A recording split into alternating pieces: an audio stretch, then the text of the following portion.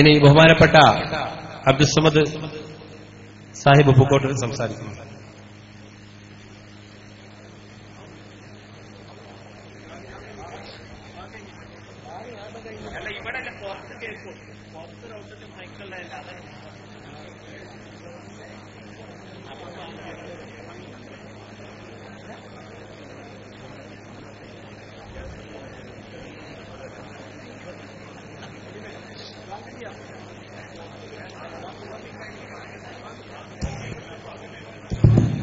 അതിന്റെ അസാധാരണമായ വാക്യമാറ്റത്തിലൂടെ മുസ്ലിം കേരളത്തിന്റെ മനം കവർന്ന പ്രോത്ബോധന പ്രഭാഷകൻ സുന്നി യുവതിയുടെ ആശയമാവേശവുമായി മാറിയ സുന്നി യുവജന സംഘം സംസ്ഥാന കാര്യദർശി ജനാബ് അബ്ദുസ്സമദ് പൂക്കോട്ടൂർ സദസ്സിനെ അഭിസംബോധനം ചെയ്യുന്നു. അധ്യക്ഷന് വേണ്ടി ആദരപുരസ്സരം ക്ഷണിക്കുന്നു.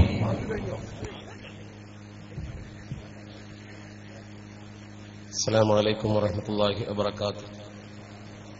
അൽഹംദുലില്ലാഹ് വസ്സലാത്തു വസ്സലാമു അലാ അഷ്റഫി റസൂലില്ലാഹ് വഅലാ ആലിഹി വസഹാബിഹിൽ ഫായിസീന ബിറളില്ലാഹ്. അനുഗ്രഹീതമായ ഈ മേഖലാ സമ്മേളന വേദിയിൽ ഒത്തുകൂടിയിട്ടുള്ള ബഹുമാന്യരായ സമസ്ത കേരള ജമിയത്തുൽ ഉലമായുടെയും പോഷക ഘടകങ്ങളുടെയും അനുഗ്രഹീതരായ നേതാക്കൾ, പണ്ഡിതന്മാർ, ബഹുമാന്യരായ പ്രാസ്ഥാനിക നേതാക്കൾ, ഈ മഹാസംഗമത്തിൽ തടിച്ചുകൂടിയിട്ടുള്ള പ്രിയപ്പെട്ട സംഘടനാ പ്രവർത്തകരെ അള്ളാഹു നമ്മെ എല്ലാവരെയും അനുഗ്രഹിക്കുമാറാവട്ടെ. വർഷങ്ങളോളം പ്രചരിപ്പിച്ച് വലിയ മഹാസമ്മേളനം നടത്തിയ ആളുകൾക്ക് കൃത്യമായി മറുപടി പറയാൻ നമുക്കൊരു മേഖലാ സമ്മേളനം മാത്രം മതി എന്ന് തെളിയിക്കുന്ന ഒരു വലിയ സമ്മേളനമാണ് നമ്മുടെ പ്രിയപ്പെട്ട സംഘാടകർ ഇവിടെ ഒരുക്കിയിരിക്കുന്നത്.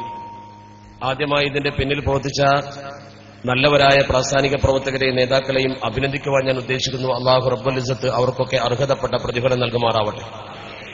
ഒരുപാട് പ്രഭാഷകന്മാർ ഇവിടെ നമ്മൾ അഭിസംബോധന ചെയ്യാനിരിപ്പുണ്ട്. അതുകൊണ്ട് തന്നെ വളരെ ചുരുക്കി ഇതിലൊന്ന് പങ്കെടുത്ത് ഈ സന്തോഷവേളയിൽ നിങ്ങളോടൊപ്പം നിൽക്കുക എന്ന ഉദ്ദേശം മാത്രമേ കരുതിയിട്ടുള്ളൂ.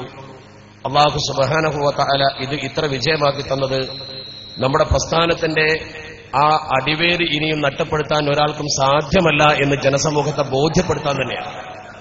കാരണം സമസ്ത കേരള ജമിയത്തുൽ ഉലമ എന്ന് പറയുന്നത് ഗ്രാമങ്ങളിൽ വേരുള്ള, നഗരങ്ങളിൽ വേരുള്ള ജനസമൂഹത്തിന്റെ മനസ്സിൽ ആഴത്തിൽ ഊട്ടി ഉറപ്പിക്കപ്പെട്ട ഒരു പ്രസ്ഥാനമാണ്.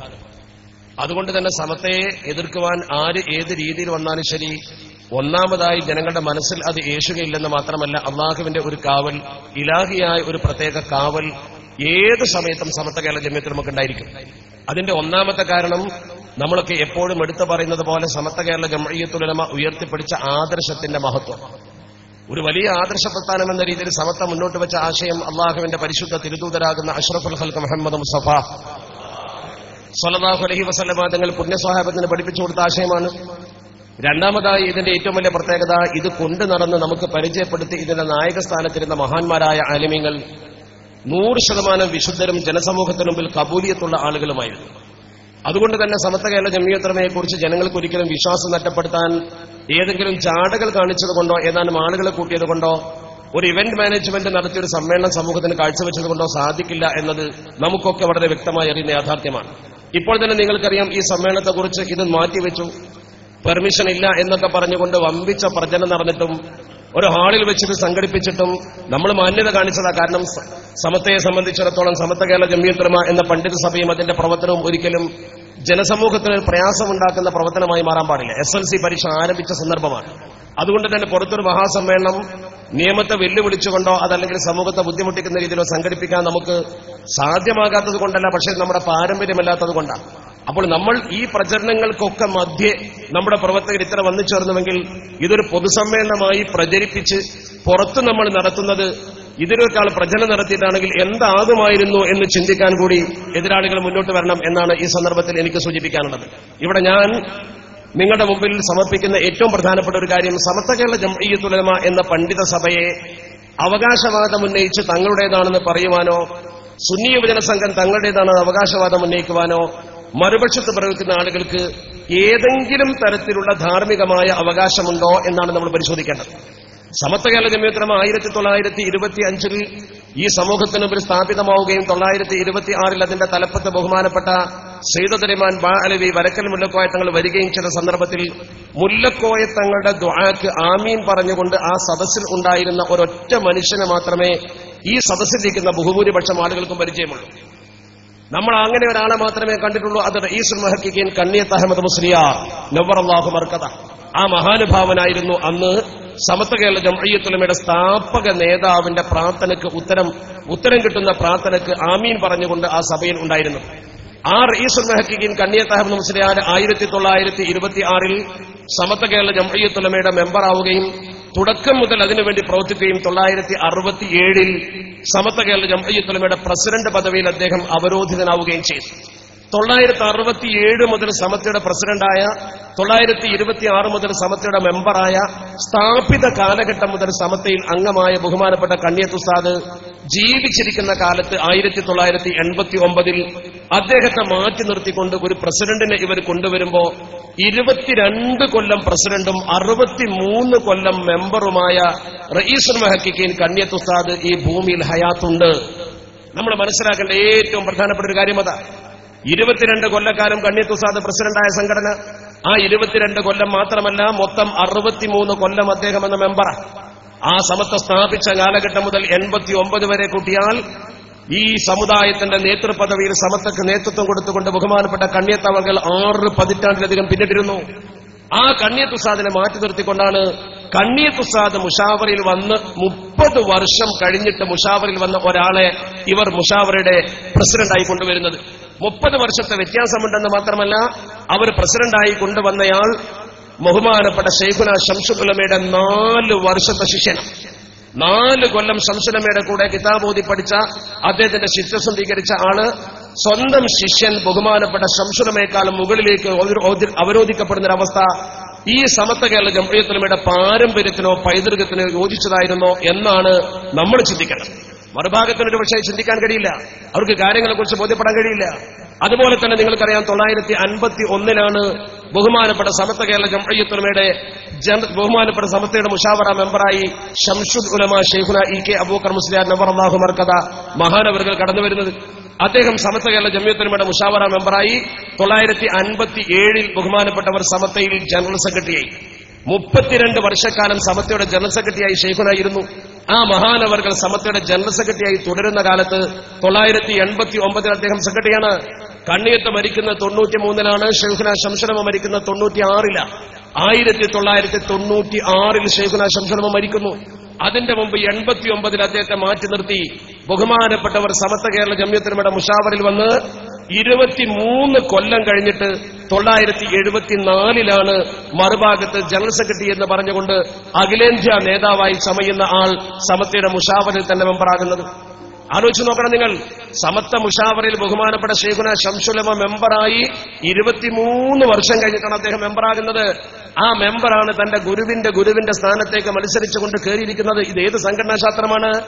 ഞാൻ ചോദിക്കട്ടെ, ഈ 2 മഹത്തുക്കളെ തള്ളിക്കളഞ്ഞുകൊണ്ട് ഈ പ്രസിഡന്റ് സെക്രട്ടറി സ്ഥാനത്തേക്ക് പുതിയ 2 ആളുകളെ കൊണ്ടുവരുമ്പോ അവർക്ക് പ്രായത്തിന്റെ കുറവും പാരമ്പര്യത്തിന്റെ കുറവും അതുപോലെ തന്നെ ഇവരുടെ ഗുരുനാഥന്മാരാണ് അപ്പുറത്തിരിക്കുന്നത് എന്നതുമൊക്കെ പരിഗണിച്ച ശേഷം നിങ്ങളൊന്ന് ആലോചിച്ച് നോക്കൂ. ഇവർക്ക് സമസ്ത കേരള ജംഇയ്യത്തുൽ ഉലമയുടെ ജനറൽ സെക്രട്ടറി സ്ഥാനത്തും പ്രസിഡന്റ് സ്ഥാനത്തും ഈ മഹാന്മാർ ജീവിച്ചിരിക്കുമ്പോൾ ഇരിക്കാൻ സത്യത്തിൽ ലജ്ജ തോന്നിയില്ലല്ലോ. അദബ് പഠിപ്പിക്കുന്ന ഒരു സംഘടനയുടെ തലപ്പത്ത് ഈ വിധം പെരുമാറാൻ എന്തുകൊണ്ട് അവർക്ക് ലജ്ജ തോന്നിയില്ല? നമ്മൾ ചിന്തിക്കേണ്ട പരമപ്രധാനമായ ഒരു കാര്യമാണ്. ഗുരുനാഥന്മാരെ തള്ളിക്കളഞ്ഞുകൊണ്ടാണ് അവർ പുതിയ സ്ഥാനം സ്വീകരിച്ചത്. മാത്രമല്ല, അവർ സമസ്ത കേരള ജംഇയ്യത്തുൽ ഉലമ എന്ന് അവകാശപ്പെട്ടുകൊണ്ട് ഈ സമൂഹത്തിൽ ചെയ്തു കൂട്ടിയ പ്രവർത്തനങ്ങൾ ഈ സമൂഹത്തിന്റെ അംഗീകാരമോ ഈ സമൂഹത്തിന്റെ നേതാക്കളുടെ ആശീർവാദമോ സ്വന്തം ഗുരുനാഥന്മാരുടെ ആശീർവാദമോ ഇല്ലല്ലോ. ഒരു സംഘടനയാകുമ്പോൾ ആ സംഘടനയ്ക്ക് ഒരു സ്ഥാപിത ലക്ഷ്യം, അതുപോലെ തന്നെ സ്ഥാപിതമായ മാർഗരേഖ, ഇതൊക്കെ ഉണ്ടാകും, സ്ഥാപിത പശ്ചാത്തലമുണ്ടാകും. ഈ സമസ്തയിൽ ഇതുപോലെ ഭിന്നതകൾ മുമ്പും പലപ്പോഴും ഉണ്ടായിട്ടുണ്ട്. ആ ഭിന്നതകളൊക്കെ സമസ്ത കേരള ജംഇയ്യത്തുൽ ഉലമയിൽ പൂർവ്വകാലത്ത് നടന്നിരുന്നു. 1965 സമസ്ത കേരള ജംഇയ്യത്തുൽ ഉലമ ഈ സമുദായത്തിന് വളരെ അനിവാര്യമായ ഒരു തീരുമാനം തബ്ലീഗ് ജമാഅത്തിനെ കുറിച്ചെടുത്ത് 965 ഒക്ടോബർ 16 തീരുമാനമെടുത്തത്. ആ തീരുമാനമെടുത്തപ്പോൾ നമ്മുടെ കേരളത്തിൽ ഈ തീരുമാനത്തോട് വിയോജനക്കുറിപ്പ് രേഖപ്പെടുത്തിക്കൊണ്ട് മനസ്സാ വിയോജിച്ചുകൊണ്ട് ഒരു അഖില കേരള ജംഇയ്യത്തുൽ ഉലമ എന്ന സംഘടന രൂപീകരിച്ചു. ആ അഖില കേരള ജംഇയ്യത്തുൽ ഉലമയിൽ ഇദ്ദേഹം മെമ്പറായിരുന്നു. അഖില കേരള ജംഇയ്യത്തുൽ ഉലമയുടെ പ്രവർത്തനം നിർബാധം തുറന്നു കൊണ്ടുപോകാൻ അവർക്ക് കഴിഞ്ഞില്ല. അവരും അതേക്കുറിച്ച് പഠിച്ചപ്പോൾ തബ്ലീഗ് ജമാഅത്തിനെ കുറിച്ച് സമസ്ത പറഞ്ഞത് ശരിയാണെന്ന് അവർക്ക് ബോധ്യപ്പെട്ട പശ്ചാത്തലത്തിൽ അവർ പിൻവലിയുകയാണ് ചെയ്തത്. അതുപോലെ തന്നെ സമസ്ത കേരള ജംഇയ്യത്തുൽ ഉലമയിൽ 1967 ഏപ്രിൽ 18 ലൗഡ് സ്പീക്കർ ഉപയോഗിക്കാൻ പാടുണ്ടോ ഖുത്ബ ഓതാൻ എന്ന വിഷയത്തെക്കുറിച്ച് തർക്കം വന്നു. ആ തർക്കത്തിൽ സമസ്തയുടെ തീരുമാനം ലൗഡ് സ്പീക്കർ ഉപയോഗിക്കാം എന്നായിരുന്നു. ആ തീരുമാനത്തിന്റെ പശ്ചാത്തലത്തിൽ ബഹുമാനപ്പെട്ട സമത്വ കേരള ജമിയത്തുലമയുടെ അന്നത്തെ പ്രസിഡന്റ് വിയോജിച്ചു. അദ്ദേഹം മാന്യമായി വിയോജനക്കുറിപ്പ് രേഖപ്പെടുത്തിക്കൊണ്ട് സമത്വക്ക് പുറത്തുപോയി പുതിയ സംഘം രൂപീകരിച്ചുകൊണ്ട് പ്രവർത്തനം ആരംഭിച്ചു. ഇത് രണ്ടും സമത്വയിൽ പൂർവ്വകാലത്ത് 1965-ലും 67-ലും സംഭവിച്ചതാണ്. അഖില കേരള ജമിയത്തുലമ രംഗത്ത് വന്നപ്പോ അഖില കേരള ജംഇയ്യത്തുലമയുടെ പ്രസക്തി നഷ്ടപ്പെടുത്തിക്കൊണ്ട് ബഹുമാനപ്പെട്ട സമത്വ കേരള ജംഇയ്യത്തുലമയുടെ മുശാവറ മെമ്പറും നമുക്കൊക്കെ പ്രിയങ്കരമായിരുന്ന അഭിവന്ദനായ പാണക്കാട് പൂക്കോയ തങ്ങൾ 1966 ഏപ്രിൽ മാസം 3-ാം തീയതി കോഴിക്കോട്ട് സംഘടിപ്പിച്ച മഹാസമ്മേളനത്തിൽ കുറ്റിച്ചെറിയിൽ വെച്ചുകൊണ്ട് പറഞ്ഞു, അഖിലെ നമുക്ക് അഖിലയും വേണ്ട കുകിലയും വേണ്ട സമത്വമതി. അതോടുകൂടി അഖില കേരള ജംഇയ്യത്തുലമയുടെ ആ പ്രവർത്തനം തന്നെ അവസാനിച്ചുകൊണ്ട് അത് പിരിച്ചുവിടാൻ ആളില്ലാതെ വിധമായിപ്പോയി എന്നത് പൂക്കോയത്തങ്ങളുടെ വാക്കിന്റെ ഒരു മഹത്വമായിരുന്നു.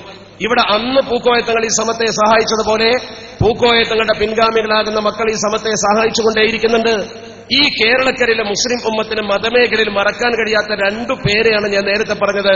ഒന്ന് സമസ്ത സ്ഥാപിച്ചപ്പോൾ മെമ്പറായ ബഹുമാനപ്പെട്ട കണ്ണിയത്ത് സാർ, രണ്ടാമത്തേത് സമത്വ കേരള ജംഇയ്യത്തുലമയെ വിശ്വപ്രശസ്തമാക്കിയ ശൈഖുന ശംസുൽ ഉലമ.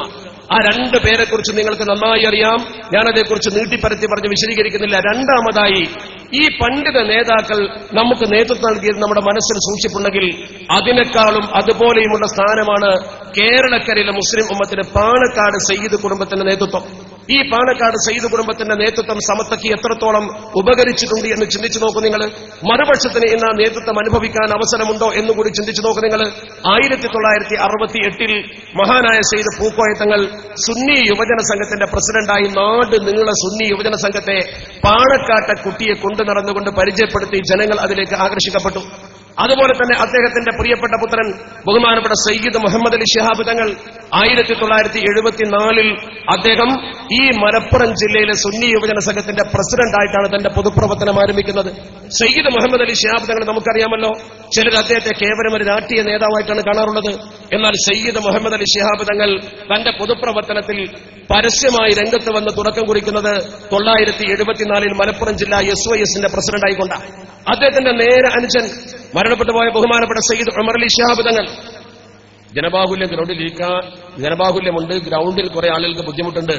ആ പുറത്തു നിൽക്കുന്ന ആളുകൾ ഒന്ന് ഇരുന്ന് സഹകരിച്ചാൽ പുറകിലുള്ളവർക്ക് കൂടി കാണാവുന്നതാണ്. ഹാളിലെ ആളുകളല്ല പറയുന്നത്, പുറത്തേക്കാണ് സന്ദേശം. അതുപോലെ തന്നെ നമ്മുടെ ബക്കറ്റ് പിരിവ് ആരംഭിക്കുന്നുണ്ട്. കാരണം നിങ്ങൾക്കൊക്കെ അറിയാം, നമുക്ക് ഇങ്ങനത്തെ പരിപാടികൾക്കൊക്കെ നമ്മുടെ മൂലധനം എന്ന് പറയുന്നത് നിങ്ങൾ കൊടുക്കുന്ന ചെറിയ നാണയത്തുട്ട, മുടിയില്ല പൊടിയില്ല പ്രചരണം നമ്മുടെ കയ്യിലില്ലല്ലോ. വ്യാജമായ പിരിവ് നമുക്ക് ഉണ്ടാവാറില്ല. നമ്മൾ സത്യസന്ധമായി കാര്യങ്ങൾ പറയുന്നു, ജനങ്ങളുടെ കയ്യിൽ നിന്ന് വാങ്ങുന്നു, അത് നല്ലതിന് വേണ്ടി ചെലവഴിക്കുന്നു എന്ന് മാത്രമേ ഉള്ളൂ. അതുകൊണ്ട് നിങ്ങളൊന്ന് മനസ്സഴിഞ്ഞ് സഹകരിക്കണം. ഇത് സംഘടിപ്പിച്ചവർക്ക് ബുദ്ധിമുട്ടുണ്ടാകരുത്. അള്ളാഹു ഹൈറാക്കി തരുമാറാവട്ടെ. ഞാൻ വളരെ ചുരുക്കിയേ പറയുന്നു. നോക്കൂ നിങ്ങൾ, 1973-ൽ ഏറനാട് താലൂക്ക് സുന്നി യുവജന സംഘത്തിന്റെ പ്രസിഡന്റായിട്ടാണ് സയ്യിദ് ഉമർ അലി ശിഹാബ് തങ്ങൾ രംഗത്ത് വരുന്നത്. അദ്ദേഹം 73-ൽ ഏറനാട് താലൂക്ക് സുന്നി സംഘത്തിന്റെ പ്രസിഡന്റാണ്. പിന്നെ അദ്ദേഹം സംസ്ഥാന സുന്നി സംഘത്തിന്റെ പ്രസിഡന്റായി സുന്നി യുവജന സംഘത്തെ മരണം വരെ നയിച്ചു. സമത്വയുടെ ഉപാധ്യക്ഷനായിരുന്നു. അള്ളാഹു ഈ മരണപ്പെട്ടുപോയ സയ്യിദുമാർക്കൊക്കെ മഗ്ഫിറത്തും റഹ്മത്തും നൽകുമാറാവട്ടെ. അത് കഴിഞ്ഞാൽ തൊട്ടടുത്ത് നമ്മൾ കാണുന്ന സയ്യിദ് ഹൈദരലി ശിഹാബ് തങ്ങളെയാണ്. സയ്യിദ് ഹൈദരലി ശിഹാബ് തങ്ങൾ 1973-ൽ SSFന്റെ പ്രസിഡന്റാണ്. SSFന്റെ പോക്ക് ശരിയല്ലെന്ന് മനസ്സിലാക്കി പാണക്കാട് കുടുംബത്തോടും സമത്വയുടെ നായകന്മാരോടും SSFന്റെ പ്രവർത്തകർ കാണിച്ച വൃത്തികെട്ട സമീപനം വ്യക്തമായി ബോധ്യപ്പെട്ടതുകൊണ്ട് 1979 നവംബർ മാസം 6-ാം തീയതി തങ്ങൾ രാജിവെച്ചിറങ്ങിപ്പോന്നു.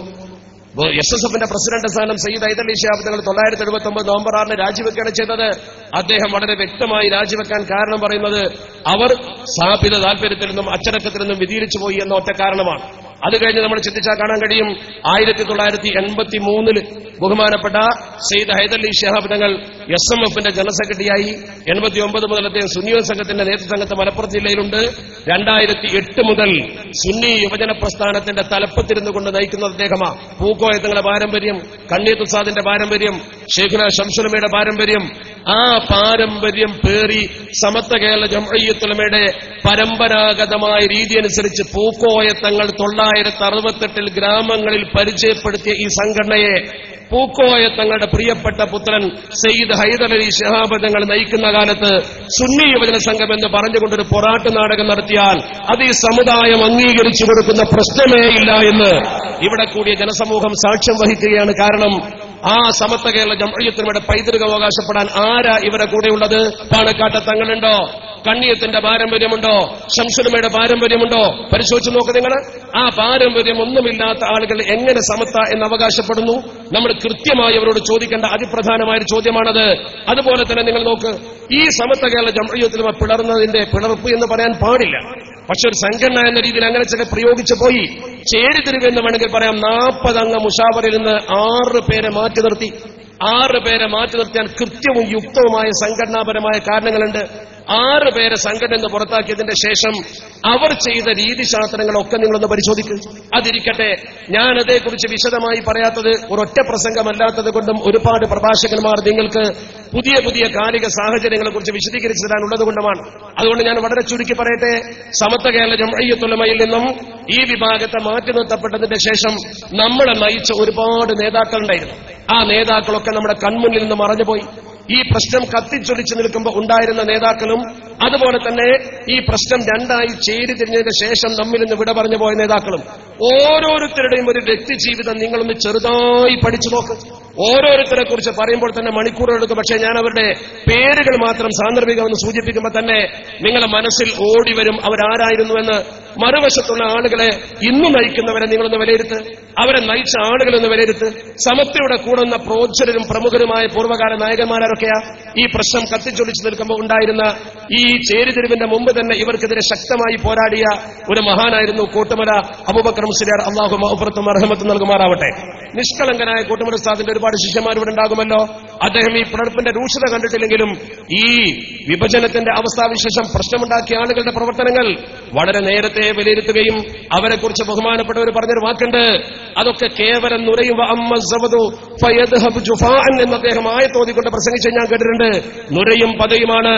അല്ലാഹു സുബ്ഹാനഹു വ തആല വാനലോകത്തുനിന്ന് മഴ ഇറക്കും. അൻസല മിനസ് സമാഇ മാഅൻ ഫഹതമനസ്സീലു സബതർ റബിയ എന്ന് പറഞ്ഞുകൊണ്ട് ആ ഒഴുക്കിനെ കുറിച്ച് പരിശുദ്ധ ഖുർആൻ വിശദീകരിച്ചുകൊണ്ട് പറഞ്ഞു, ഫഅമ്മസ്സബത് നുരയും പതയും ഫയദ്ഹബു അത് പോകും, ജുഫാൻ അത് പോകാൻ, നുരയും പതയും പോകും. അതൊരു നുരയും പതയുമാണെന്ന് കണ്ണിയത്ത് ഉസ്താദ് അതുപോലെ തന്നെ ബഹുമാനപ്പെട്ട കോട്ടമൽ ഉസ്താദൊക്കെ പറഞ്ഞിട്ടുണ്ടെങ്കിൽ അത് കേവലം ഒരു കുമിളയുടെ ഗൗരവത്തിൽ മാത്രം ഇങ്ങനെ പൊങ്ങി നിന്ന് നമുക്കൊരു അത്ഭുതം കൂടുന്ന അവസ്ഥ ഉണ്ടാക്കുമെങ്കിലും അത് അവസാനം തകർന്നടിയുമെന്ന കാര്യത്തിൽ എന്താ തർക്കമുള്ളത്? അവിടെ നിന്ന് ഇങ്ങോട്ട് കഴിഞ്ഞാൽ നമ്മുടെ സമത്വ കേരള ജംഇയ്യത്തുലമയെ നയിച്ചിരുന്ന മഹത്തുക്കളായ മരണപ്പെട്ടു പോയ ഉസ്താദുമാരെ നോക്ക് നിങ്ങൾ. ഏറ്റവും കൂടുതൽ ഈ ആദർശത്തിന് വേണ്ടി ഉറച്ചുന്ന മഹത്തുക്കൾ ബഹുമാനപ്പെട്ട സി എച്ച് ഐതർ അല്ലാഹു മഗ്ഫിറത്തും റഹ്മത്തും നൽകുമാറാവട്ടെ. ഈ കോട്ടക്കൽ സ്വദേശികൾക്ക് ഞാൻ അദ്ദേഹത്തെ പരിചയപ്പെടുത്തി കൊടുക്കേണ്ട കാര്യമുണ്ടോ? സഞ്ചരിക്കുന്ന ഒരു പ്രസ്ഥാനമായിരുന്നു അദ്ദേഹം. 2 ആഴ്ച മുമ്പ് എനിക്ക് ഓർമ്മയുണ്ട്, ജമാഅത്തെ ഇസ്ലാമിക്കാരുടെ ആധികാരികമായ വാരിക കൃത്യമായി ഒരു പ്രബോധകന്റെ റോൾ മോഡൽ അവതരിപ്പിച്ചു കൊടുത്തപ്പോ അവരുടെ പത്രത്തിൽ കൃത്യമായി അവർ ഒരു മാതൃകാ പുരുഷനായി എഴുതിയത് സി എച്ച് ഐതർ. അദ്ദേഹത്തിന്റെ പ്രവർത്തനത്തെയാണ്. അദ്ദേഹം തന്റെ പ്രബോധന മധ്യത്തിൽ വഴിക്ക് ഒരു പള്ളിയുടെ ഹൗദിന്റെ കരയിൽ മുണ്ട് വിരിച്ച് കിടന്നുറങ്ങിയ ചരിത്രം ആധുനിക പ്രബോധകന്മാർക്ക് വളരെ വ്യക്തമായ മാർഗരേഖയായി സമർപ്പിച്ചു കൊടുത്തത് ജമാഅത്തെ ഇസ്ലാമിയുടെ വാരികയാണ്. ഇവിടുത്തെ വിദഗ്ധക്കാർക്ക് പോലും അദ്ദേഹത്തിന്റെ ആ പ്രവർത്തന രീതിയിൽ മതിപ്പുളവായി എന്നല്ലേ അത് സൂചിപ്പിക്കുന്നത്? അതുപോലെ തന്നെ ആ കാലഘട്ടത്തിലെ ഓരോ നേതാക്കന്മാരെ നോക്കും, അവരുടെ ജീവിത വിശുദ്ധി. കണ്ണൂർ ജില്ലക്കാരനായിരുന്ന ബഹുമാനപ്പെട്ട കൊയ്യോട് മൊയ്തീൻകുട്ടി മുസ്ലിയാർ സമത്വ കേരള ജംഇയ്യത്തുലമയിൽ ചേരിതിരിവുണ്ടാക്കിയ ആളുകൾക്കെതിരെ ശക്തമായി ആഞ്ഞടിച്ചിരുന്ന വക്താവ. അല്ലാഹു മഗ്ഫിറത്ത് കൊടുക്കുമാറാവട്ടെ. ഈ ആളുകളൊക്കെ ജീവിച്ചിരുന്ന ജീവിതത്തെക്കുറിച്ച് നിങ്ങൾ ചിന്തിച്ചു, അവർക്ക് എങ്ങനെ സമത്വക്കൊപ്പം നിൽക്കാൻ കഴിഞ്ഞു? അതുപോലെ നമ്മുടെ ബഹുമാന്യനായ കെ കെ സലത്ത് കെ കെ ഉസ്താദ് സമത്വയുടെ നായക സ്ഥാനത്തിരുന്ന ബഹുമാനപ്പെട്ടവർ. അല്ലാഹു മഗ്ഫിറത്തും റഹ്മത്തും കൊടുക്കുമാറാവട്ടെ. കെ കെ ഉസ്താദ് അദ്ദേഹം രാത്രി കാലങ്ങളിൽ ഏറെ സമയം നിന്ന് നിസ്കരിക്കുന്ന, ഒരുപാട് സമയം ഇബാദത്തിന് വേണ്ടി നീക്കിവെക്കുന്ന, വളരെ കുറച്ച് മാത്രം ഭൗതിക കാര്യങ്ങളിൽ ഇടപെടുന്ന, സ്ഥാപനങ്ങൾക്ക് വേണ്ടി വിദേശത്ത് പോകുമ്പോൾ എപ്പോഴും 100% സൂക്ഷ്മത പുലർത്തുന്ന, ഒരു നയാ പൈസ കമ്മീഷൻ പറ്റാത്ത പിരിവ് ബഹുഭൂരിപക്ഷം ആളുകൾക്കും അത്ഭുതത്തോടുകൂടി ഗൾഫിൽ കാണിച്ചു കൊടുത്ത ബഹുമാനപ്പെട്ട കെ കെ ഉസ്താദ് അദ്ദേഹം ആരെ കൂടെയാണ് നിന്നത്? നിങ്ങൾ ചിന്തിക്ക്. പിരിഞ്ഞു പോകുമ്പോൾ നിങ്ങൾ ചിന്തിക്ക്, പുതിയ തലമുറക്ക് പറഞ്ഞു കൊടുക്ക്. അതുപോലെ തന്നെ ബഹുമാനപ്പെട്ട സമത്വ കേരള ജംഇയ്യത്തുലമയുടെ പഴയകാല മുഷാറമ്പർമാർ, അതുപോലെ തന്നെ സയ്യിദന്മാർ, ഈ കാദിമാരുടെ കൂട്ടത്തിൽ കോഴിക്കോട് കാദി സയ്യിദ് ശിഹാബുദ്ദീൻ ബിച്ചിക്കോയ തങ്ങൾ മരണം വരെ സമത്വക്കൊപ്പം ഉറച്ചു നിൽക്കുകയും ആ മഹാനുഭാവൻ സമത്വക്ക് കരുത്ത് പകരുകയും ചെയ്തു. അതുപോലെ തന്നെ നമ്മുടെ ബഹുമാനപ്പെട്ട നാട്ടിക മൂസ മുസ്ലിയാർ അല്ലാഹു മഗ്ഫിറത്ത് കൊടുക്കുമാറാവട്ടെ. ഭൗതിക രംഗത്ത് അദ്ദേഹം ഒരു പഞ്ചായത്ത് പ്രസിഡന്റായി നിൽക്കുന്ന സമയത്ത് പോലും സുന്നത്തി ജമാഅത്ത് കൈവിടാതെ വിദഗ്ധക്കാർക്കെതിരെ ആഞ്ഞടിച്ചുകൊണ്ട് സമത്വയുടെ നായകനായി നിലകൊണ്ടു. അതുപോലെ എത്ര ഉസ്താദുമാർ, നിഷ്കളങ്കരായ സാധുക്കൾ, ഒരു ഭൗതിക താല്പര്യമില്ലാത്ത കോഴിക്കോട് ജില്ലയിലെ ബഹുമാനപ്പെട്ട പി സി കുഞ്ഞാലൻകുട്ടി മുസ്ലിയാർ മുതൽ നമ്മുടെ ബഹുമാനപ്പെട്ട കടങ്ങ ഉസ്താദ് മുതൽ ഭൗതിക കാര്യങ്ങളിൽ ഒരു താല്പര്യമില്ലാത്ത ഒരുപാട് ഉസ്താദുമാർ, അവരൊക്കെ എന്തേ സമത്വയുടെ കൂടെ നിന്നോ? നിങ്ങൾ ചിന്തിച്ചു നോക്ക്, എന്തേ അവർക്ക് താല്പര്യമുണ്ടായത്? അതുപോലെ തന്നെ നമ്മുടെ തൃശൂർ ജില്ലയിൽ സുന്നത്ത് ജമാഅത്ത് കെട്ടിപ്പടുക്കാൻ വേണ്ടി പരിശ്രമിക്കുകയും പിൽക്കാലത്ത് സമത്വയുടെ ഉപാധ്യക്ഷ പദവിയിൽ വരികയും ചെയ്ത ബഹുമാനപ്പെട്ട സയ്യിദ് അഹമ്മദ് കോയമ്മ തങ്ങൾ, മറക്കാൻ കഴിയുമോ അദ്ദേഹത്തെ? വലിയ സയ്യിദായിരുന്നു, ഒരുപാട് ത്വരീഖത്തിന്റെ ഷെയ്ഖായിരുന്നു. അദ്ദേഹം ആരെ കൂടെയാണ് നിന്നത്? സമത്വ കേരള ജമിയത്തുലമയുടെ കൂടെ നിന്നു. അതുപോലെ തന്നെ നമ്മുടെ ഈ പ്രദേശത്തുകാർക്ക് പരിചയമുള്ള ഒരുപാട് പള്ളികളും മദ്രസകളും ഒക്കെ കെട്ടിപ്പടുക്കാൻ പ്രഭാഷണം നടത്തിയ ആദർശേരി മുഹമ്മദ് മുസ്ലിയാർ, അതുപോലെ തന്നെ കാരി കെ വി അബ്ദുറഹ്മാൻ മുസ്ലിയാർ, കല്ലൂർ മൊയ്തീൻകുട്ടി മുസ്ലിയാർ, അതുപോലെ തന്നെ നമ്മുടെ ജാമിയയിൽ സമൂഹത്തിന് നേതൃത്വം കൊടുത്ത കെ കെ അബ്ദുള്ള മുസ്ലിയാർ, വലിയ പണ്ഡിതനും ഗോളശാസ്ത്രത്തിൽ അഗാധ ജ്ഞാനമുണ്ടായിരുന്ന ബഹുമാനപ്പെട്ട കോട്ട അബ്ദുൽ ഖാദർ മുസ്ലിയാർ. നിങ്ങളൊന്ന് ചിന്തിച്ചു നോക്ക്, അവരൊക്കെ ഇങ്ങനെ മനസ്സിൽ കണ്ടു നോക്ക്. അവരൊന്നൊരു വിവാദം ഉണ്ടാക്കിയ ആൾക്കാരല്ലല്ലോ, ഒരു കുഴപ്പം സൃഷ്ടിച്ച ആൾക്കാരല്ലല്ലോ. അവരൊക്കെ നമ്മുടെ മനസ്സിലിങ്ങനെ കാണുമ്പോൾ അവരൊക്കെ സമത്തിന്റെ കൂടെ നിന്നത് എവിടെയാണ് നമ്മൾ നിൽക്കേണ്ടത് ചോദിക്കാൻ വേറെ വല്ലതുമാണോ? അതുപോലെ തന്നെ നമ്മുടെ ബഹുമാനപ്പെട്ട കെ ടി മാനു മുസ്ലിയാർ, അള്ളാഹു മഗ്ഫിറത്ത് കൊടുക്കുമാറാവട്ടെ. ആ മഹാനായ മാനു മുസ്ലിയാർ സമത്വക്കൊപ്പം തുടക്കം മുതലേ ഈ ഭിന്നത ഉണ്ടാക്കാൻ ശ്രമിക്കുന്ന ആളുകൾക്കെതിരെ ശക്തമായി ശബ്ദിച്ചുകൊണ്ട് നിന്നു. അതുകൊണ്ട് തന്നെ ഏറെ എതിർപ്പുകൾ നേരിട്ടു. അതുപോലെ തന്നെ ഈയിടെ മരിച്ചുപോയ ബഹുമാനപ്പെട്ട ഫരീദ് മുസ്ലിയാർ, ഈ പ്രദേശത്തുകാർക്ക് ഫരീദ് ഉസ്താദിനെ പരിചയമുണ്ടല്ലോ. ആ മഹാനായ മനുഷ്യൻ, നിരവധി ശിഷ്യഗണങ്ങളുടെ ഉസ്താദ് അയനിക്കാട് അബൂബക്കർ മുസ്ലിയാർ, ഇതുപോലെ ഒരുപാട് ആളുകൾ ഞാനിങ്ങനെ എണ്ണിയാൽ ഒരു വലിയ നിര പണ്ഡിതന്മാരെ, അതുപോലെ മഹാന്മാരായ ദുആ സമ്മേളനത്തിന് നേതൃത്വം കൊടുത്തിരുന്ന ബഹുമാനപ്പെട്ട നീലാഞ്ചേരി കുഞ്ഞാപ്പ മുസ്ലിയാർ നിങ്ങൾക്കറിയാം. നമ്മുടെ പ്രസിഡന്റ് ബഹുമാനപ്പെട്ട കാലമ്പാടി ഉസ്താദ് മരണപ്പെട്ടു പോയി. ടി കെ എം ബാ മുസ്ലിയാർ, പി പി മുഹമ്മദ് പൈസി മുതൽ അടുത്ത മരണപ്പെട്ട പാറന്നൂർ ഉസ്താദ് വരെ നീണ്ടു നിൽക്കുന്ന വലിയ ഒരു നിര, അള്ളാഹു അവരുടെയൊക്കെ ഖബറുകളെ വിശാലമാക്കി കൊടുക്കുമാറാവട്ടെ. നാളെ അവർക്കൊപ്പം സ്വർഗത്തിൽ ചേരാൻ നമുക്ക് അള്ളാഹു തൗഫീക്ക് നൽകുമാറാവട്ടെ. ഈ നിര, ഞാൻ ഈ എണ്ണിയ നിരകളെ മുഴുവൻ നിങ്ങളൊന്ന് പഠിച്ചു നോക്ക്. എന്തെങ്കിലും ഒരു പുഴുക്കുത്ത് അവരുടെ ജീവിതത്തിൽ നിങ്ങൾ കണ്ടോ? എന്തെങ്കിലും ഒരു കുഴപ്പം അവർക്ക് നിങ്ങൾ കണ്ടോ? യാതൊരു തരത്തിലും ഈ സമൂഹത്തിൽ പൊടുക്കുത്തില്ലാതെ മാതൃകാപരമായി ജീവിച്ച ആളുകൾ, ആ ആളുകളല്ലേ സമത്വ കേരള ജമിയത്തിൽ നമുക്ക് നേതൃത്വം കൊടുത്തത്. അതുപോലത്തെ ഉമറാക്കൾ, കെ പി ഉസ്മാൻ സാഹിബിനെ പോലുള്ള, അബൂബക്കർ നിസാമിയെ പോലുള്ള, മാപ്പുട്ടി ഹാജിയെ പോലുള്ള, പി വി എസ് മുസ്തഫ അബൂക്കോയത്തങ്ങളെ പോലുള്ള വലിയ വലിയ നേതാക്കന്മാര്, ഈ ആളുകൾ, V P M Abdul Aziz മാഷ്, അതുപോലുള്ള നേതാക്കൾ, അവർക്ക് ശരിക്കും സമത്വക്ക് വേണ്ടി ജീവാർപ്പണം ചെയ്ത ആളുകളാ. അതുപോലെ നമ്മുടെ സമൂഹത്തിൽ ഇപ്പൊ ഇവിടെ പറയുമ്പോ ഇ എം സാറിനെ പോലുള്ള ആളുകൾ, ജിബ്രി തങ്ങളെ കക്കാട്, അള്ളാഹു ആ ഉമറാക്കൾക്കൊക്കെ മാഫിയത്ത് കൊടുക്കുമാറാവട്ടെ, മഗ്ഫിറത്ത് നൽകുമാറാവട്ടെ. ആ മഹാന്മാരെ ഖബറുകളെ അള്ളാഹു വിശാലമാക്കി കൊടുക്കുമാറാവട്ടെ. എന്ത് ഇവരൊക്കെ സമത്വ കേരള ജമിയത്തുലമയുടെ കൂടെ നിന്നു? നല്ല വിജ്ഞാനമുള്ള, നല്ല വറഉള്ള, അള്ളാഹുവിനെ പേടിയുള്ള, തഖ്വയുള്ള പണ്ഡിതന്മാർ എന്തുകൊണ്ട് സമത്വ കേരള ജമിയത്തുലമയുടെ കൂടെ നിന്നു എന്നതിനെ കുറിച്ചല്ലേ നമ്മൾ ചിന്തിക്കേണ്ടത്. ഞാൻ ഇതുവരെ പറഞ്ഞ കാര്യത്തിൽ നിന്ന് 3 കാര്യങ്ങൾ ഈ സദസ്സിലെ ആളുകൾ വായിച്ചെടുക്കണം. ഒന്ന്, നമ്മുടെ കേരളക്കരയിലെ ഉലമാക്കളിൽ പ്രമുഖർ ഏത് ഭാഗത്താണ് നിന്നിട്ടുള്ളത്. 2, സാദാത്യങ്ങളിൽ പ്രമുഖർ ഏത് ഭാഗത്താണ് നിന്നിട്ടുള്ളത്. 3, ഉമറാക്കളിൽ പ്രമുഖർ ഏത് ഭാഗത്താണ് നിന്നിട്ടുള്ളത്. ഈ ഉമറാന്റെയും സാദാത്തിന്റെയും ഉലമാന്റെയും 3 പിൻബലവും നമുക്കുണ്ടെങ്കിൽ ഒരു കാര്യം നമുക്ക് അടിവരയിട്ട് പറയാൻ പറ്റും. ഗൾഫ് പണം കൊണ്ടുവന്നുകൊണ്ടോ, അറബികളെ വഞ്ചിച്ചുകൊണ്ടോ, മുടിമുക്കി സമൂഹത്തെ പറ്റിച്ചുകൊണ്ടോ പണം കൊണ്ട് കാര്യം നേടാമെന്ന് ഒരാൾ വിചാരിച്ചിട്ടുണ്ടെങ്കിൽ അത് പിടിച്ചു കെട്ടാൻ ഈ ജനശക്തി മാത്രം മതി എന്ന് പറയാൻ നമുക്ക് ഈ ഒരു പിൻബലം മാത്രം മതി, വേറെ ഒന്നും വേണ്ട. രണ്ടാമത്, ഒരു സമൂഹത്തെക്കുറിച്ച് വിലയിരുത്താൻ നിയമമാണ് പ്രശ്നം. നിയമപ്രശ്നം നിങ്ങൾ എടുത്തു നോക്ക്. 27 കേസ് സമത്വക്കെതിരെ അവർ കൊടുത്തു, 24 കേസും തള്ളി. 24 കേസും തള്ളി. കൊടുത്ത കേസുകൾ പലതും ഉടനെ തള്ളി. പക്ഷേ സിവിൽ കേസായതുകൊണ്ട് 2-3 കേസുകൾ ഇങ്ങനെ നടന്നുകൊണ്ടിരിക്കുന്നു എന്ന് മാത്രം അതിൽ അവർക്കും താല്പര്യമില്ല. മാത്രമല്ല, കോടതിയിൽ നിന്ന് വന്ന സകല വിധികളും പരിശോധിച്ച് നോക്ക്. എല്ലാ വിധികളും പരിശോധിച്ചാൽ കാണാൻ കഴിയും, സകല വിധികളിലും അവർക്കെതിരെ എന്തെങ്കിലും ഒരു കടുത്ത പരാമർശം ഉണ്ടാവും. ഒന്നുകിൽ അവരെ കള്ളന്മാരാക്കുന്ന, അല്ലെങ്കിൽ വിചിത്രമായ വൃത്തികേട് ചെയ്തു എന്ന് പറയുന്ന എന്തെങ്കിലും ഒരു പദപ്രയോഗമില്ലാത്ത ഒരൊറ്റ കോടതി വിധിയുമില്ല. ഞാൻ തന്നെ പലപ്പോഴും എന്റെ പ്രസംഗത്തിൽ നേരത്തെ അതെടുത്ത് ഉദ്ധരിച്ചിരുന്നു. ആ ജഡ്ജ്മെന്റ് കോപ്പികളൊക്കെ നമ്മുടെ കയ്യിലുണ്ട്. ഞാൻ അത്ഭുതപ്പെട്ടു പോയിട്ടുണ്ട്. ഓരോ ജഡ്ജ്മെന്റിലും എന്തെങ്കിലും ഒരു പരാമർശം ഇവർക്കെതിരെ കരളിന് കുത്തുന്ന രീതിയിൽ ജഡ്ജി കൊടുത്തിട്ടുണ്ടാവും. നമ്മൾ ജഡ്ജിയെ സ്വാധീനിച്ചത് കൊണ്ടല്ല, നമ്മൾ ജഡ്ജിമാർക്കൊന്നും കൊടുക്കാൻ ശ്രമിച്ചത് കൊണ്ടല്ല. സത്യത്തിൽ അവർ സ്വാധീനിക്കാനുള്ള എല്ലാ ശ്രമങ്ങളും നടത്തിയാലും ആ ശ്രമങ്ങളൊക്കെ പരാജയപ്പെടുകയാണ്. അതുകൊണ്ട് തന്നെ ഞാൻ നേരത്തെ പറഞ്ഞ ഈ 3 കാര്യങ്ങൾക്ക് ശേഷം പിന്നീട് നമ്മൾ ഈ നിയമപ്രശ്നം നോക്കുകയാണെങ്കിൽ കൃത്യമായും നിയമം അവർക്കെതിരാണ്. നിയമത്തിൽ അവർക്കൊരിക്കലും പിടിച്ചു നിൽക്കാൻ കഴിയുന്നില്ല. അതുപോലെ തന്നെ നിങ്ങൾ നോക്ക്, ഇവർ ഈ സംഘടന രൂപീകരിച്ചതിന്റെ ശേഷം വിവാദമല്ലാതെ മറ്റെന്തെങ്കിലും ഉണ്ടാക്കിയിട്ടുണ്ടോ? ഞാൻ നേരത്തെ എണ്ണിയ ആ മഹാരഥന്മാരായ പണ്ഡിത പ്രതിഭകൾ ജീവിച്ചിരിക്കുന്ന കാലത്ത് എന്തെങ്കിലും ഒരു വിവാദമുണ്ടാക്കി സമൂഹത്തിൽ അവർ കുഴപ്പം സൃഷ്ടിച്ചോ? സമൂഹത്തിന് തലവേദന ഉണ്ടാക്കുന്ന എന്തെങ്കിലും ഒരു പണി ചെയ്തോ? നിങ്ങൾ ചിന്തിക്ക്. അതേസമയം അവർ ചെയ്ത പ്രവർത്തനമോ, അവർ സംഘടന രൂപീകരിച്ച ഉടനെ തന്നെ ചെയ്ത ഓരോ പ്രവർത്തനം, ഒന്ന് ഖാദി നിയമനം. എന്തൊക്കെ പ്രശ്നങ്ങൾ ഈ സമൂഹത്തിൽ ഖാദി നിയമനം കൊണ്ടുണ്ടായി. അതുപോലെ തന്നെ നമ്മുടെ സമൂഹത്തിൽ മാസമുറപ്പിക്കൽ കൊണ്ട് എന്തൊക്കെ പ്രശ്നങ്ങളുണ്ടായി. ഒരു സമൂഹത്തിൽ ഏറ്റവും ഗുരുതരമായ വിഷയം ഭിന്നതയല്ലേ? ഭിന്നത ഉണ്ടാക്കാനല്ലേ ഈ രണ്ട് കാര്യം അവർ ചെയ്തത്? പരിശുദ്ധ ഖുർആനല്ലേ ഒരു സമൂഹത്തിന്റെ ആണിരേഖ? ആ ഖുർആന്റെ റസ്മിൽ വരെ അവർ തർക്കിച്ചില്ലേ? ചുട്ടുകരിക്കണമെന്ന് പറഞ്ഞില്ലേ? അതുപോലെ തന്നെ ഫത്വ കൊടുത്തുകൊണ്ട് പണ്ഡിതന്മാർ സമൂഹത്തെ നയിക്കുമ്പോ പണ്ഡിത വചനത്തിന് ആമന്ന സല്ലംന എന്ന് പറഞ്ഞുകൊണ്ട് ഒരു ഇത്താഅത്ത് കൊടുക്കുന്ന ആ ഇത്താഅത്തല്ലേ ശരിക്കൊരു സമൂഹത്തിന്റെ വിജയത്തിന്റെ മാനദണ്ഡം? ലാ ഇസ്ലാമ ഇല്ലാ ബിൽ ജമാഅ വലാ ജമാഅത ഇല്ലാ ബിൽ ഇമാറ വലാ ഇമാറത ഇല്ലാ ബിൽ ഇത്താഅ. അനുസരണ ഇല്ലെങ്കിൽ ഒരിക്കലും സംഘടന ഉണ്ടാവില്ല, സംഘടന ഇല്ലെങ്കിൽ നേതാവ് ഉണ്ടാവില്ല. ആ സംഘടനയും നേതാവും അനുസരണയും ഒക്കെ ഉണ്ടാകുമ്പോൾ ദീൻ ഉണ്ടാകുമെന്ന് പഠിപ്പിച്ചു പരിശുദ്ധ ദീൻ. എങ്കിൽ നിങ്ങൾ നോക്കൂ, ഈ സമൂഹത്തിന്റെ ആ ഒരു കെട്ടുറപ്പ് നശിപ്പിക്കാൻ വേണ്ടി ഒരു ത്വലാഖ് പ്രശ്നത്തിന്റെ പേരിൽ എന്തൊക്കെ ബഹളമാണ് ഇവർ വെച്ചത്, എന്തൊക്കെ കുഴപ്പമുണ്ടാക്കിയത്. അതുപോലെ തന്നെ ആദർശ പ്രശ്നത്തിൽ ഇവർ നോക്ക്, കുവൈത്ത് കരാർ മുതൽ അറാദ് പള്ളിയിലെ അവരുടെ ഖുത്ബ മുതൽ 8 റക്അത്ത് ഷാർജയിൽ തറാവീഹ് നിസ്കരിച്ചതടക്കമുള്ള ഓരോ പ്രവർത്തനങ്ങളും പരിശോധിച്ച് നോക്ക്. ആദർശ രംഗത്ത് അവർക്ക് പാണിച്ച പറ്റിയിട്ടുണ്ടോ ഇല്ലയോ? വിശുദ്ധിയുടെ വിഷയത്തിലോ കളവല്ലാതെ മറ്റെന്തെങ്കിലും അവർ പറഞ്ഞിട്ടുണ്ടോ? നിരന്തരമായ കളവല്ലേ? സ്വന്തം സ്ഥാപനം വളർത്താൻ വേണ്ടി സ്ഥാപനത്തിന്റെ തുടക്കത്തിൽ ബ്രോഷർ അടിച്ചപ്പോൾ തുടങ്ങിയ കള്ളത്തരം നമ്മൾ പലപ്പോഴുമായി കാണിച്ചിട്ടുണ്ട്. സമസ്തയുടെ 60ാം വാർഷിക സമ്മേളനത്തിന്റെ ചിത്രമെടുത്തുകൊണ്ട് കണ്ണീയത്ത് ദുആ ചെയ്യുന്ന ഫോട്ടോക്കൊപ്പം മർക്കസിന്റെ സമ്മേളനത്തിൽ പങ്കെടുത്ത 10,000 എന്ന് കൊടുത്തു. പക്ഷേ പശ്ചാത്തലത്തിൽ കടൽ കാണുന്നുണ്ടായിരുന്നു. മർക്കസിൽ കടലില്ല, കാരന്തൂര് കടപ്പുറത്തേക്ക് വന്നിട്ടുമില്ല. ഇദ്ദേഹം കള്ളത്തരം പ്രചരിപ്പിച്ചതായിരുന്നു. നമുക്കത് കൃത്യമായി അറിയാൻ കഴിഞ്ഞു.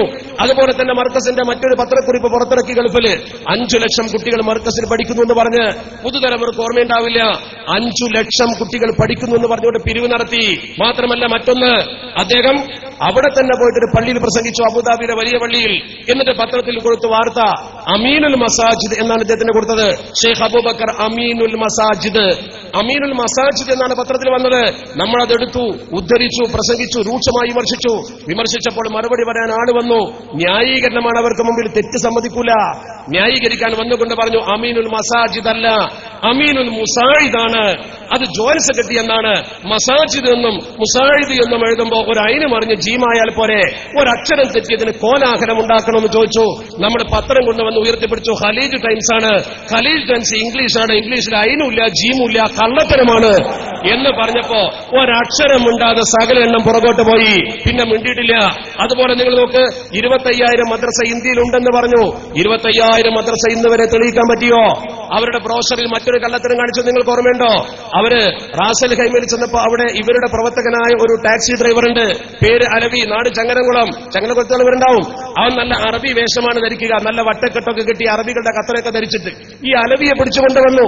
എന്നിട്ട് മർക്കസിൽ മുദരിസാക്കിയിട്ട് അലവിയെ അലവി മുദരിസ് എന്നാണ് പേരിട്ടത്. അലവി മുദരിസ്.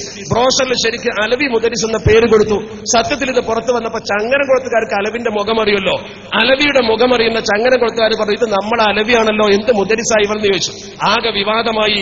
നമ്മുടെ നേതാക്കൾ കയറി പ്രസംഗിച്ചു. നാട്ടിക മൂസമോലി അടക്കം അത് പരസ്യമായി പ്രസംഗിച്ചപ്പോൾ ഇദ്ദേഹം മുന്നോട്ട് വന്നു. അയാൾ തന്നെ മറുപടി പറഞ്ഞു, അലവി അവിടുത്തെ മുദരിസാണ്. എന്ത് മുദരിസ? മർക്കസിലെ യതീം കുട്ടികൾക്ക് ഡ്രൈവിംഗ് ആകുന്ന ഇൽമ പഠിപ്പിക്കുന്ന മുദരിസാണ് ഡ്രൈവർ അലവി. അല്ലാഹു അക്ബർ. തക്ബീർ കുട്ടികൾ പാസാക്കി കൊടുത്തു. അദ്ദേഹത്തിന് ആവേശം കൊണ്ടു. ഡ്രൈവിംഗ് ആകുന്ന ഇൽമ പഠിപ്പിക്കുന്ന മുദരിസാണ് ഡ്രൈവർ അലവി. ഈ രീതിയിൽ ദീനീ പ്രബോധനം സമത്വം നടത്തിയിട്ടുണ്ടോ? 10 രൂപ കൊടുത്താൽ ഇതെന്തിനു തന്നു എന്ന് ചോദിക്കുന്ന കണ്യത്തുസ്താദ്, എന്താണ് നിനക്ക് വരുമാനമെന്ന് ചോദിക്കുന്ന കണ്യത്തുസ്താദ്. ആ കണ്യത്തുസ്താദിന്റെ സംഘടനയിൽ ഈ വിധം കാപ്പട്യമുള്ളവർ ഒരിക്കലും ഇരിക്കില്ല. വെറുതെയല്ല പുറത്തു പോയത്, പടച്ചറപ്പ് പുറത്തേക്ക് വലിച്ചിട്ടതാണ്. വെറുതെ പോയതല്ല. ഒരു പക്ഷെ അയാളാണ് നിന്നിരുന്നുവെങ്കിൽ ഈ വാചാടോപ്പും അതുപോലെ തന്നെ ഈ പ്രവർത്തന കുശലതയും കണ്ടുകൊണ്ട് അയാൾ സമത്തയുടെ തലപ്പത്ത് വരുമായിരുന്നു. പടച്ചറപ്പത്ത് സമ്മതിച്ചില്ല. അയാൾ സമത്തിന്റെ തലപ്പത്ത് വരാൻ പാടില്ലല്ലോ. അതിന് പടച്ചറപ്പ് അയാളെ കൊണ്ട് എടുത്തുചാടി സമ്മേളനം നടത്തിപ്പിച്ചു. നോക്ക് നിങ്ങൾ, ഈ സമൂഹത്തെ മൊത്തം വഞ്ചിച്ചതിനെ കുറിച്ച് അവർക്ക് എന്താ പറയാനുള്ളത്? സമൂഹത്തെ മൊത്തം വഞ്ചിച്ചില്ലേ? പരസ്യമായി ദേവഗൌഡയെ കൊണ്ടുവന്ന് കോഴിക്കോട്ട് ശിലയിട്ട നിങ്ങളുടെ സൂപ്പർ സ്പെഷ്യാലിറ്റി ഹോസ്പിറ്റൽ എവിടെയാ? ഇന്നും ഉണ്ണി ഇന്ന് വിരിഞ്ഞിട്ടില്ലല്ലോ. എവിടെ പോയി സൂപ്പർ സ്പെഷ്യാലിറ്റി ഹോസ്പിറ്റല്? അതുപോലെ തന്നെ നിങ്ങൾ നോക്കി, കമാലിയ മെഡിക്കൽ കോളേജ്, അത് ക്രൈസ്തവ സമൂഹത്തിന് വിറ്റില്ലേ? കമാലിയ മെഡിക്കൽ കോളേജിന് വേണ്ടി നിങ്ങൾ സ്ഥാപനം പണയം വെച്ചില്ലേ? പണയം വെച്ചില്ലേ സ്വന്തം സ്ഥാപനം, ഈ സമുദായം കൊടുത്ത സ്ഥാപനം ബാങ്കിൽ പണയം വെച്ചുകൊണ്ട് രക്ഷപ്പെടുത്താൻ നോക്കിയില്ലേ? ഷെയറെ മുബാറക്ക് പള്ളി പ്രഖ്യാപിച്ചില്ലേ? ഈ പ്രധാനപ്പെട്ട സംഗതികൾ പരസ്യമായി ജനസഞ്ചയത്തിന് മുമ്പിൽ പ്രഖ്യാപിച്ചിട്ട് ഇന്ന് വരെ അത് പ്രാവർത്തികമാക്കാൻ കഴിഞ്ഞിട്ടില്ലെന്ന് മാത്രമല്ല, ഈ കള്ളത്തരം ഇനിയും തുറന്നുകൊണ്ടുപോകുമ്പോ നിങ്ങളുടെ മുഖം മൂടി വലിച്ചു കീറാൻ സമൂഹം പ്രതിജ്ഞാബദ്ധമായി കഴിഞ്ഞിരിക്കുന്നു എന്ന പ്രഖ്യാപനങ്ങൾ തീർച്ചയായും നമ്മുടെ ഗ്രാമങ്ങളിൽ പോലും മുടങ്ങാൻ തുടങ്ങിയിരിക്കുന്നു. ചിന്തിക്കണം നിങ്ങൾ. ഇവിടെ നമ്മൾ മനസ്സിലാക്കേണ്ട ഒന്ന് രണ്ട് കാര്യങ്ങൾ കൂടി പറഞ്ഞുകൊണ്ട് ഞാൻ അവസാനിപ്പിക്കുകയാണ്. അള്ളാഹുവിന്റെ പരിശുദ്ധ പ്രവാചകർ അഷ്റഫുൽ ഖൽഖ് മുഹമ്മദ് മുസ്തഫ സ്വല്ലല്ലാഹു അലൈഹി വസല്ലമ തങ്ങൾ പറഞ്ഞത് തന്നെ നമുക്ക് പുറത്തിരിക്കുന്നു. പരിശുദ്ധ പ്രവാചകർ പറഞ്ഞു, യൂശിക്കു അൻ യഅതി അലന്നാസി സമാൻ, അവസാന കാലത്ത് ജനസമൂഹത്തിന്റെ മുമ്പിൽ ഒരു കാലഘട്ടം അണയും. ആ സമയത്ത് ലാ യബ്ഖാ മിനൽ ഇസ്ലാമി ഇല്ല ഇസ്മുഹു, ഇസ്ലാം എന്ന് പറഞ്ഞാൽ പേരിൽ മാത്രമായിരിക്കും കേവലം ഇസ്ലാമിന്റെ പേര് വെക്കുന്നവർ. വലാ യബ്ഖാ മിനൽ ഖുർആനി ഇല്ലാ റസ്മുഹു, പരിശുദ്ധ ഖുർആന്റെ ആ റസ്മ മാത്രമേ അന്ന് ശേഷിപ്പുണ്ടാവൂ, ഖുർആന്റെ ആന്തരികത ഉണ്ടാവൂല. മസാജിദുഹും അമറത്തുൻ വഹിയ ഖറാബുൻ അനിൽ ഹുദാ വഹിയ ഖറാബുൻ മിനൽ ഹുദാ, അന്നത്തെ പള്ളികളൊക്കെ വളരെ വലിയ ആഡംബരത്തിന്റെ പള്ളികളായിരിക്കും. അത്തരം പള്ളികൾ വളരെ വ്യക്തമായി നല്ല രീതിയിൽ കെട്ടിപ്പൊക്കിയിട്ടുണ്ടെങ്കിൽ ഖറാബും മിനൽ ഹുദാ, യാതൊരു തരത്തിലും ഭക്തി ഉണ്ടാവില്ല. എന്നിട്ട് നബി തങ്ങൾ പറഞ്ഞു, ഉലമാഉം ശർറു മൻ തഹത അദീമിസ് സമാ, ആ കാലഘട്ടത്തിൽ ആകാശത്തിന്റെ ചുവട്ടിൽ ഏറ്റവും നീചന്മാരായ കുറെ പണ്ഡിതന്മാരുണ്ടാകും. മിൻ ഇൻദിഹിം തഖ്റുജുൽ ഫിത്ന, അവരെ കയ്യിൽ നിന്ന് ഫിത്ന പുറപ്പെടും. വഫീഹിം തഊദ്, അത് അവരിലേക്ക് തന്നെ മടങ്ങുകയും ചെയ്യുമെന്ന് അഷ്റഫുൽ ഖൽഖ് മുഹമ്മദ് മുസ്തഫ സ്വല്ലല്ലാഹു അലൈഹി വസല്ലം. സകല ഫിത്ന ഇവരിൽ ഉണ്ടാക്കുന്നത്, എല്ലാ സ്ഥലത്തും ഫിത്ന. പള്ളിക്ക ബസാറിൽ ഒരു പള്ളി അടിച്ചിട്ടതാരാ? എന്തേ പള്ളി അടിച്ചിടാൻ കാരണം? ഒരു പ്രശ്നവുമില്ലാതെ നല്ല സ്മൂത്ത് റണ്ണിങ്ങുള്ള ഒരു മഹല്ല്, ഒരു പ്രശ്നമില്ലാതെ പോകുന്ന മഹല്ല്.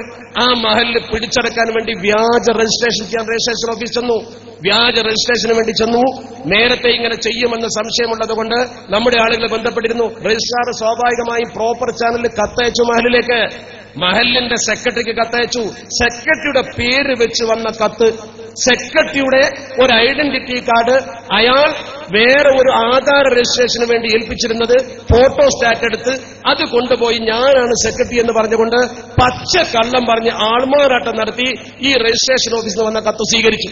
എന്നിട്ട് രജിസ്റ്റർ ചെയ്യാനുള്ള ഏർപ്പാടുണ്ടാക്കി. ഇത് പരാതിപ്പെട്ടപ്പോൾ പോസ്റ്റ് മാസ്റ്റർ അന്വേഷണം നടത്തി. ഒരു എലാബറേറ്റ് എൻക്വയറി നടത്തിയിട്ട് അയാൾ സർട്ടിഫൈ ചെയ്തു, ഇത് ആൾമാറാട്ടം നടത്തിയാണ് വാങ്ങിയിട്ടുള്ളത്. ആൾമാറാട്ടം നടത്തി വാങ്ങി എന്ന് പറഞ്ഞുകൊണ്ട് വളരെ വ്യക്തമായി അത് രേഖപ്പെടുത്തി കൊടുത്തിട്ട് ആ കള്ളത്തരത്തിന് കൂട്ടുനിന്ന ആളുകൾ പ്രശ്നം സൃഷ്ടിച്ച് പള്ളി പൂട്ടുന്ന അവസ്ഥയിലേക്ക് എത്തിച്ചു. എന്തിനാണ് സമസ്തയുടെ മഹല്ല് വ്യാജ രജിസ്ട്രേഷന് പോയത്? ഒന്ന്. രണ്ട്, എന്തിനാണ് സെക്രട്ടറിക്ക് വന്ന കത്ത് കള്ളത്തരത്തിൽ പിടിച്ചെടുക്കാൻ ശ്രമിച്ചത്? ഈ രണ്ട് ചോദ്യങ്ങൾക്ക് എന്താ മറുപടി? എന്നിട്ട് പോലീസിനെ സ്വാധീനിച്ചു മലപ്പുറം ജില്ലയിലെ ചില രാഷ്ട്രീയ നേതാക്കളെ സ്വാധീനിച്ചുകൊണ്ടും അറസ്റ്റിൽ നിന്ന് രക്ഷപ്പെടാൻ ശ്രമിക്കുകയാണ്. നമ്മൾ മുഖ്യമന്ത്രിയെ കണ്ട് കാര്യം പറഞ്ഞിട്ടുണ്ട്, കൃത്യമായി ബോധിപ്പിച്ചിട്ടുണ്ട്. ഇത്തരം കള്ളന്മാരെ പിടിച്ചു കെട്ടുന്നില്ലെങ്കിൽ ഈ സമൂഹം സമരസജ്ജരായി രംഗത്ത് വരുമെന്ന കാര്യത്തിൽ ഒരു തർക്കവും വേണ്ട. അവരെ പിടിച്ചു കെട്ടിക്കാനുള്ള ഏർപ്പാട് വരും ദിവസങ്ങളിൽ സമസ്ത കേരള ജമിയത്തുൽ ഉലമ മുന്നോട്ട് വെക്കുക തന്നെ ചെയ്യും. തൊട്ടപ്പുറത്ത് നിങ്ങൾ നോക്ക്, ചാമപ്പറമ്പില് സ്വന്തം കമ്മിറ്റിയുടെ വ്യാജ സീലുണ്ടാക്കി, വ്യാജ ലെറ്റർ പാടുണ്ടാക്കി. ആരാ കള്ളത്തരം ചെയ്തത്? ആലോചിച്ച് നോക്ക് നിങ്ങൾ. കച്ചണ്ണയിൽ എന്താ ചെയ്തത്? നിലവിലുള്ള പള്ളി കമ്മിറ്റിയിൽ നിന്നും മദ്രസയെ മാറ്റി നിർത്താൻ വേണ്ടി കള്ളത്തരത്തിൽ മിനിറ്റ്സ് വീട്ടിൽ വെച്ചുണ്ടാക്കി. ആ മിനിറ്റ്സ് അന്വേഷിച്ചിരുന്ന ഉദ്യോഗസ്ഥനെ മർദ്ദിച്ചു. അവിടെ നല്ല പ്രശ്നം തുടങ്ങിയത്. എവിടെ പ്രശ്നമുണ്ടോ നമ്മൾ എവിടെയും ഒരു ലോ ആൻഡ് ഓർഡർ പ്രശ്നം ഉണ്ടാക്കിയിട്ടുണ്ടാവില്ല. മുഴുവൻ പ്രശ്നവും മിൻ ഇന്ദിഹിം തഖ്റുജുൽ ഫിത്ന വഫീഹിം തഊദ്, ഈ ഫിത്ന മുഴുവൻ നിങ്ങളിലേക്ക് മടക്കും ഞങ്ങൾ. ഈ ഫിത്നക്കാരെ പിടിച്ചു കെട്ടാൻ ഞങ്ങൾ തയ്യാറായിരിക്കുന്നു എന്നൊരു സന്ദേശം കൂടി നമുക്കിവിടെ കൊടുക്കാനുള്ളത്. അതുപോലെ തന്നെ നിങ്ങൾ നോക്ക്, അള്ളാഹുവിന്റെ പരിശുദ്ധ ഹബീബിന്റെ പേരിൽ വഞ്ചന കാണിച്ചു അഷ്റഫുൽ ഖൽഖ് ത്വഹ റസൂലുള്ളാഹി സ്വല്ലല്ലാഹു അലൈഹി വസല്ലം തങ്ങൾ എത്ര സൂക്ഷിക്കാനാണ് നമ്മളോട് പറഞ്ഞത്? ഇത്തഖുൽ ഹദീഥ അന്നി, എന്നെ കുറിച്ച് എന്തെങ്കിലും പറയുമ്പോൾ നിങ്ങൾ കരുതണേ, ഇല്ലാമാ അലിംതും, നിങ്ങൾ ശരിക്ക് അറിയുന്ന കാര്യങ്ങളല്ലാതെ മറ്റൊന്നും പറഞ്ഞു പോകരുത്. വമൻ കദ്ദബ അലയ്യ മുഅ്തമിദൻ, എന്റെ പേരിൽ ആര് കളവ് പറഞ്ഞാലും ഫല്യതവഅ മഖാദഹു മിനന്നാർ, നരകത്തിൽ അവൻ അവന്റെ സീറ്റ് ഉറപ്പിച്ചു കൊള്ളട്ടെ. അഷ്റഫുൽ ഖൽഖ് മുഹമ്മദ് മുസ്തഫ സ്വല്ലല്ലാഹു അലൈഹി വസല്ലം. പടച്ചോനെ പേടിണ്ടോ? പടച്ചോനെ പേടിണ്ടോ? ഉണ്ടെങ്കിൽ അള്ളാഹുവിന്റെ പരിശുദ്ധ ഹബീബുമായി ബന്ധപ്പെടാത്തത് റസൂലുള്ളാഹിന്റെ പറയോ? ഒന്ന് ആലോചിച്ച് നോക്ക് നിങ്ങൾ.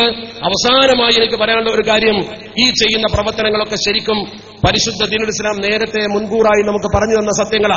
അള്ളാഹുവിന്റെ പരിശുദ്ധ പ്രവാചകരുമായി പ്രവാചകർ ഈ സമൂഹത്തിന് വളരെ വ്യക്തമായി ധാർമ്മികതയുടെ അടിത്തറ കെട്ടിപ്പടുത്തു കൊടുത്തപ്പോൾ പറഞ്ഞു, ഈ രീതിയിൽ ഉലമാക്കള് ഈ രീതിയിൽ ഈ ഭൗതിക താല്പര്യങ്ങൾക്ക് വേണ്ടി ബന്ധപ്പെടുന്ന അവസ്ഥ വന്നാൽ അവരുമായി നിങ്ങൾ ഒരിക്കലും കൂട്ടുകൂടാൻ പോകണ്ട. അൽ ഉലമാ ഉമനാ ഉർസുലി, പ്രവാചകന്മാരുടെ വിശ്വസ്ത സേവകന്മാരല്ലേ ഈ പണ്ഡിതന്മാർ.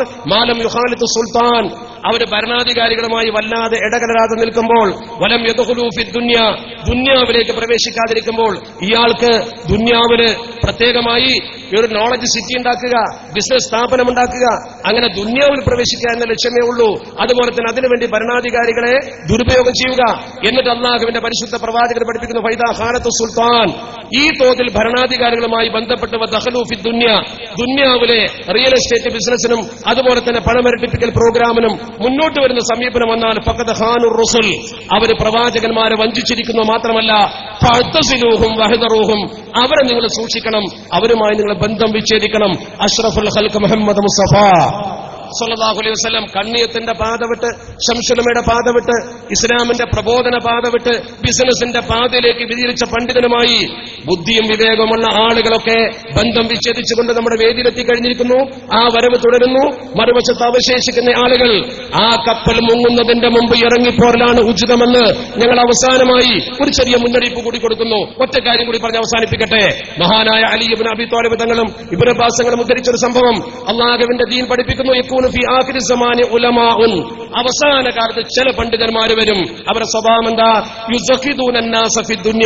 ദുന്യാവിനെ തൊട്ട് അവർ ജനങ്ങളെ ശരിക്ക് സുഹൃദ് പഠിപ്പിക്കും. അവർ പ്രസംഗിച്ച വലിയ സുഹൃദായിരിക്കും, വലിയ മഹാന്മാരെ കാര്യമായിരിക്കും പറയാ. അതേസമയത്ത് വലായ സുഹദൂൻ, അവർക്ക് സുഹൃദൊന്നും ഉണ്ടാവില്ല. ഓർക്ക് സുഹൃദൊന്നും ഉണ്ടാവില്ല. ഓർക്ക് പുതിയ മീഡിയ സിറ്റി, പുതിയ ബിസിനസ്, പുതിയ പദ്ധതി, ഇതൊക്കെ അവർക്ക് ഉണ്ടാവുള്ളൂ. ജനങ്ങളെ പേടിപ്പിക്കും. പടച്ചോനെ കുറിച്ച് പറഞ്ഞിട്ട് വലായ ഖാഫൂന, ഓർക്ക് ഒരു പടച്ചോനെ പേടി ഉണ്ടാവില്ല. അല്ലാഹുവിന്റെ റസൂലിന്റെ പേരല്ലേ കള്ളത്തരം വിളിച്ചു പറയുന്നത്. ഭരണാധികാരികളുടെ വഞ്ചനയെക്കുറിച്ചും അവരുമായി കൂടിക്കലർന്നാൽ ഉണ്ടാകുന്ന പ്രശ്നത്തെക്കുറിച്ചും ജനങ്ങളെ ബോധ്യപ്പെടുത്തും. എന്നിട്ടോ വലായന്തഹൂൻ, അവരത് നിർത്തൂല.